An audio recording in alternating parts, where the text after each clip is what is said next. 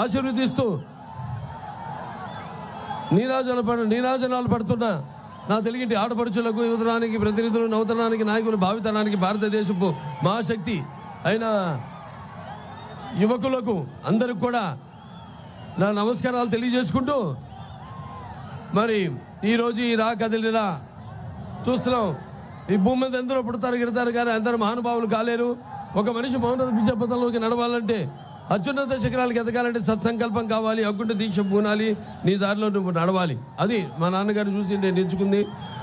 అది ఆయన్ని చూసి మన ప్రీతమ నాయకులు, తెలుగుదేశం పార్టీ జాతీయ అధ్యక్షులు చంద్రబాబు నాయుడు కూడా అదే ఆయన్ని నమ్ముకుని, ఆయన సిద్ధాంతాన్ని నమ్ముకుని మరి ఆనాడు ఆయన తెలుగుదేశం పార్టీని పెట్టారు.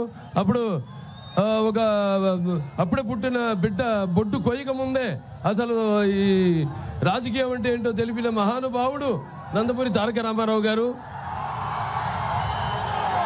అంతవరకు చాలా మందికి అసలు రాజకీయాల మీద పెద్ద ఆసక్తి లేదు, చాలా మందికి అసలు తెలిసేది కాదు. అటువంటిది వాళ్ళందరినీ చైతన్యవంతుల్ని చేసి రాజకీయాల్లో కూడా రియల్ హీరో అనిపించుకున్నారు నందమూరి తారక రామారావు గారు. ఆ తర్వాత ఆయన ప్రవేశపెట్టిన పథకాల విషయాలకు వస్తే మరి ఎంతో సాహసోపేతమైనవి, అలాగే సామాన్యులకు అలాగే ప్రజలకు ఎంతో సానుకూలమైనవి, అలాగే ఉపయోగకరమైనవి. రాజకీయాల్లో ఎన్టీఆర్ ముందు, ఎన్టీఆర్ తర్వాత అని చెప్పుకునే ఎన్నో పథకాలను ఆయన ప్రవేశపెట్టారు, అమలు చేశారు. అలాగే ఆయన తర్వాత ఎందరో వాటిని అనుకరించారు, వాటిని అమలు చేసేలా చేశారు. That is NTR. అలాగే అందుకే ఆయన పేదవాడి ఆకలి బాధ తెలిసిన అన్న ఆయనే. అలాగే జనంకి జనం భవిష్యత్తు వాడికి దారి చూపిన, భరోసా ఇచ్చిన అమ్మ ఆయనే. అలాగే ఆయనకి అండగా ఉన్న ఆడపడుచులకు ఆయన ఆర్థికంగా బలోపేతం చేసిన అన్న కూడా నందమూరి తారక రామారావు గారు. ఆ తర్వాత నందమూరి తారక రామారావు గారి యొక్క బుద్ధి బిడ్డ తెలుగుదేశం పార్టీని మన నాయకులు చంద్రబాబు నాయుడు గారు ఎంతో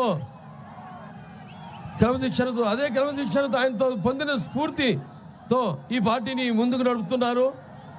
మన తెలుగుదేశం పార్టీకి ఉన్నంత కార్యకర్తలు ఈ ప్రపంచంలో ఏ పార్టీకి లేదు.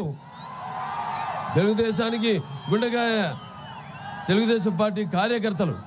మరి చూస్తున్నాం, ఎన్నోసార్లు మన సంక్షోభంలో ఉన్నప్పుడు రాష్ట్రం తెలుగుదేశం పార్టీ అధికారంలోకి ఎంతో క్రమశిక్షణతో, అదే క్రమశిక్షణతో ఆయనతో పొందిన స్ఫూర్తితో ఈ పార్టీని ముందుకు నడుపుతున్నారు.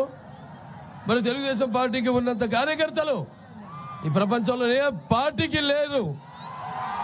తెలుగుదేశానికి గుండెకాయ. ఈ పరిస్థితుల్లో ఇది ఒక మామూలు సంక్షోభం కాదు, ఇది ఒక రాక్షస పరిపాలన, ఒక సైకో పరిపాలన. మనం పురాణాల్లో వాటిలో చదివాం ఏదో రాక్షస పరిపాలనలో అని, కానీ వాటి చదివిన దానికంటే కూడా ఇక్కడ మనం ప్రత్యక్షంగా చూస్తున్న దాని ముందు అవి అసలు దిగుతుడుపు అనిపిస్తుంది ఇవాళ ఉన్న ఈ యొక్క రాక్షస పరిపాలన ఇక్కడ. అందుకే నాకు ఒక పద్యం గుర్తు వస్తుంది, అంతేలే పేదల గుండెలు